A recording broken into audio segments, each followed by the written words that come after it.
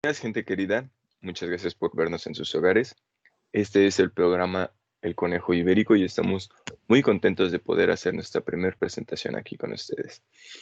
La cual, por cierto, recuerden, es completamente en vivo desde la cuarentena. Pero esta situación no nos va a impedir seguir aquí. Me da mucho gusto presentarme. Me llamo Eric Espinosa, su anfitrión de este día, y conmigo se encuentran tres excelentes compañeras y amigas. Hola, ¿qué tal, gente bonita? Yo me llamo Nuri Pérez. Hola, yo me llamo Fernanda Martínez. Hola, yo soy Mariana Olalde y espero que nuestro programa les guste mucho. En este programa abarcaremos diferentes temas históricos que estamos seguros serán de su total agrado, porque están relacionados con nuestro bello idioma, el español. Hoy hablaremos de dos temas muy interesantes que se remontan a una época muy antigua en el viejo continente, pero por el momento abarcaremos únicamente el primero, que es la Reconquista. Así es, Mariana, esta etapa es muy importante, no solo históricamente hablando, sino lingüística y socialmente también. Muy bien, y yéndonos para los datos, la reconquista de los cristianos, según los historiadores, comienza en el año 1031 y termina en 1492. Pero fíjate, Eric, que algunos historiadores de hecho nos aseguran que comienza en el 722. Es cierto, Mariana, tienes razón. Con la victoria del rey Pelayo, quien con su ejército derrotó a las tropas de Al-Ándalus. Bueno, sí, el rey Pelayo, victorias, conservadores, pero los historiadores son los que tienen la última palabra y según los registros comenzó en 1031. Pues sí, efectivamente, Eric. Sin embargo, recordemos que tenemos ya una división de 4 etapas en la Ujú. Reconquista y de hecho el 1031 corresponde a la segunda etapa. Bueno, pero para no meternos en otras cosas y comenzar pues a alegar.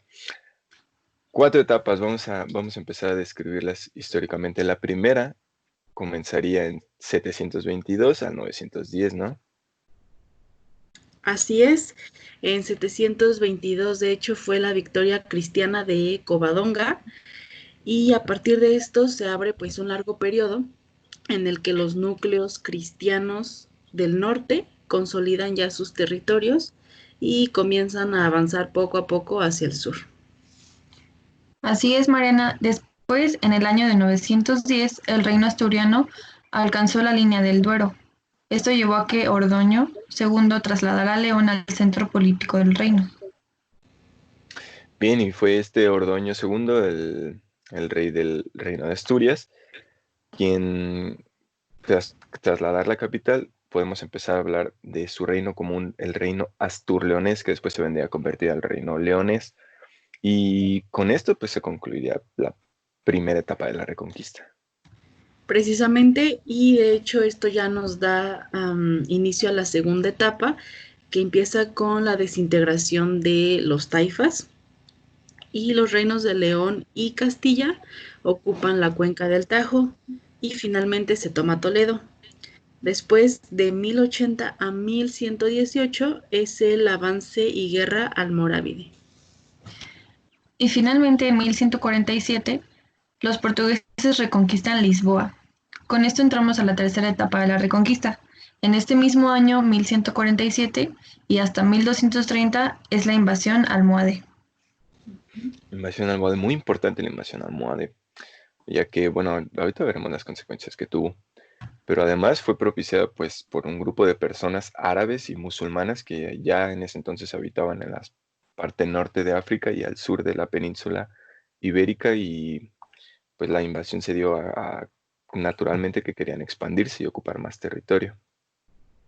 Sí, así es, y recordemos que pues debido a esta invasión se interrumpió un poco lo que fue el avance y poco a poco Castilla y León pudo ir dominando pues ya ciertos territorios. Así es, y esto terminó con la batalla de las Navas de Tolosa, en la cual se derrotó a los musulmanes. Bueno, y finalmente la cuarta etapa que comienza en 1252, a partir de que el rey Fernando III de Castilla conquista Córdoba y Sevilla. Así es, en 1276 Jaime I de Aragón toma Valencia y las Baleares, y de 1276 a 1492 queda un reducto musulmán en el reino de Granada. Oigan, compañeros, y ya que estamos hablando de estos reyes, ¿sabían ustedes que a Fernando III se le apodaba el Santo y a Jaime I el Conquistador? Pues fíjate, yo la verdad no sabía. Qué buen dato, Nuri. Muchísimas gracias por compartirlo con nosotros. No tampoco, pero bueno, sus razones tendrán. Y ahora, para cerrar este primer tema de la Reconquista, queremos compartirles un video que la comunidad Arte e Historia nos ha hecho llegar, el cual resume de forma muy amena y ligera todo lo que acabamos de platicarles. Mariana, por favor, si eres tan amable de ponernos el video. Sí. Gracias.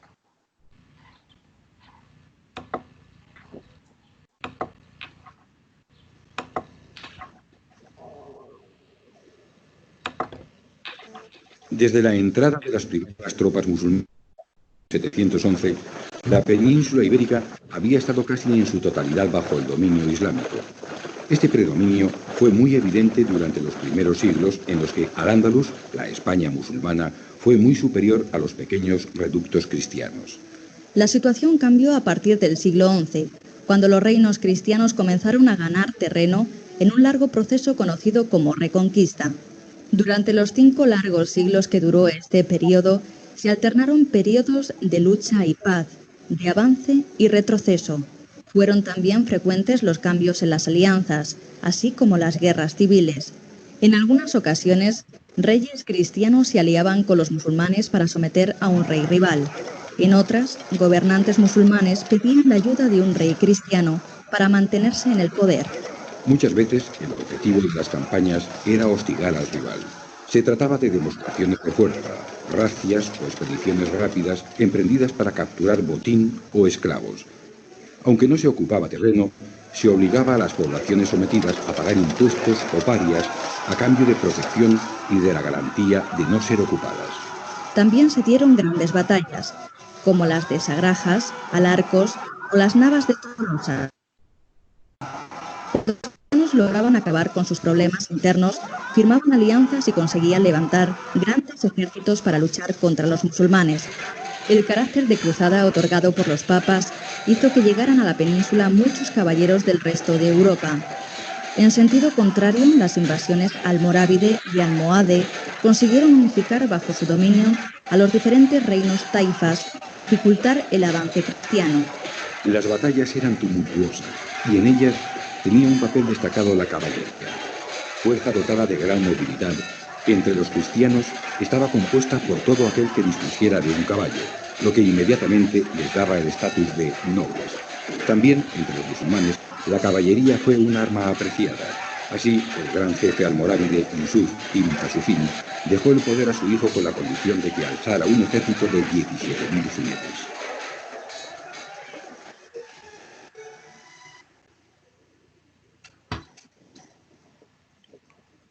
Wow, está muy interesante ese video y además súper bien explicado. Muchas gracias a Arte e Historia por habernos compartido esto. De verdad nos encantó. Así es, muchas gracias. Ahora ha llegado el momento de presentarles nuestro segundo tema, que es el apogeo del español hasta el siglo de oro. Así es, gracias Nuri. Todo esto dio como resultado, pues ya sabrán, después de la invasión árabe, que el latín que ya se hablaba en la península ibérica, pues se conjuntara con el árabe. Así es, y pues de hecho, tras tantos siglos de convivencia ya, existen hoy en día alrededor de 4.000 palabras que son de origen árabe en el español. Las conocemos como los arabismos. Así es, Mariana. Buena parte del vocabulario de origen árabe está relacionado con el ámbito doméstico y culinario, debido a que se trataba de una cultura mucho más refinada que la visigoda. Algunos ejemplos muy conocidos pueden ser el algodón, almohada, alfombra, azúcar y alcachofa. Sí, pues son palabras que usamos en nuestro vocabulario día a día. Ahora tengamos algo súper importante, que fue la pérdida de las declinaciones latinas. Y bueno, estas fueron sustituidas por preposiciones. Así es, muchos cambios en el lenguaje tuvieron cabida ahí, y recordemos que la situación lingüística de la península hacia el siglo X se componía de un gran número de dialectos del latín, como el propio asturleonés, el portugués, el gallego y el castellano.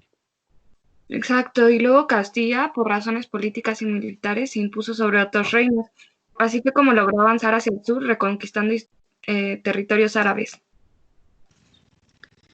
Este dominio militar, pues de hecho se tradujo también como una expansión del castellano en forma pues de cuña. De hecho, de ahí viene el nombre la cuña española. Así es, muy cierto. Tenemos testimonios, los más antiguos escritos de un castellano medieval previo a cómo fue después, ya en su modernización posterior con la imprenta. Las glosas emilienses y silenses. Ese es el primer registro de un español medieval que tenemos. Para esta época medieval ya había una consolidación del castellano, porque España se dio cuenta que estaba más atrasada en cultura, ciencias y arte. Así que para poder avanzar comenzaron a escribir.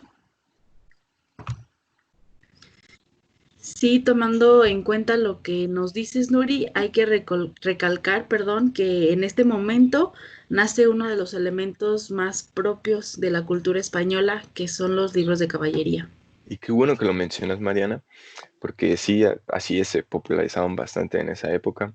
Empezaron tratando temas muy cultos y, pues, para nombrar algunos ejemplares nada más, así muy importantes, tenemos el Lanzarote del Lago, el Cantar del Miocid. Claro. Bueno, regresando al tema del castellano, Alfonso VII el Sabio elevó el castellano a lengua oficial en 1221. Para este momento, ya todos los documentos se escribían en castellano. También estableció un uso correcto del lenguaje. Tal como lo mencionas, Nuri, bastante importante este dato. De hecho, Alfonso el Sabio corrigió el lenguaje, enriqueció sintaxis, amplió vocabulario y de hecho también intentó fijar la ortografía. Sí, se dice que Alfonso el Sabio fue el creador de la prosa romance y que tenía una corte formada por traductores, escribas, poetas, músicos y eruditos que se llamaba la Escuela de Traductores de Toledo. Ah, sí. De hecho, esa escuela fue fundada en el siglo VII por el obispo don Raimundo. Sí, y bueno, para la época de los reyes católicos, el castellano ya dominaba sobre las demás lenguas peninsulares. Compañeros, creo que tenemos un problema con nuestra compañera Fernanda. Probablemente hay que integrarla. Sí. Bueno, en lo mientras déjenme les platico que de hecho, sí, al dominar el castellano sobre la península ibérica, muchos de estos dialectos, como lo es el leonés, el aragonés y todos los demás reductos del latín que quedaban, pues se vieron reducidos nada más a su condición de lenguas rurales y familiares, no solamente para usarlos como en ese pequeño contexto. Uh-huh.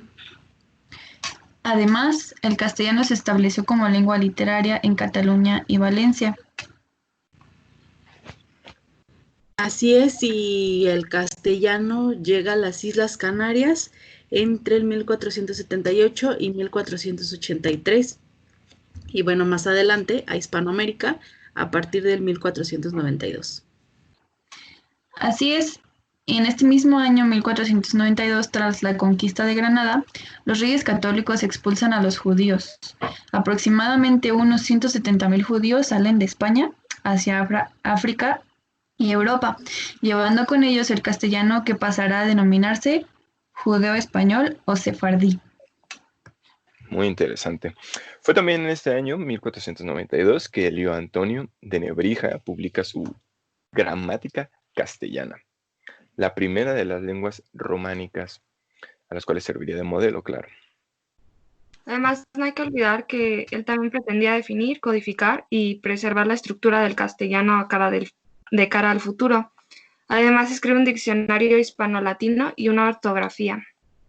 Ujú. Así es, Fer, como lo mencionas, y bueno, es a partir de aquí que nosotros podemos pues hablar de un antes y un después del castellano. Así es, Mariana, y yo creo que hasta aquí podemos hablar del gran apogeo que tuvo nuestro idioma antes de cómo lo conocemos ahora. Así es, ya que después de esto, pues vino a evolucionar bastante y a cambiar a como es ahora en la modernidad. Qué gran charla y qué gran momento tuvimos el día de hoy. Muchísimas gracias por vernos y escucharnos.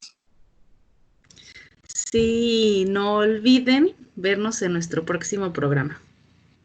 Les deseamos lo mejor a todos y quédense en casa. Somos el Conejo Ibérico. Hasta la próxima. Adiós. Bye. Bye.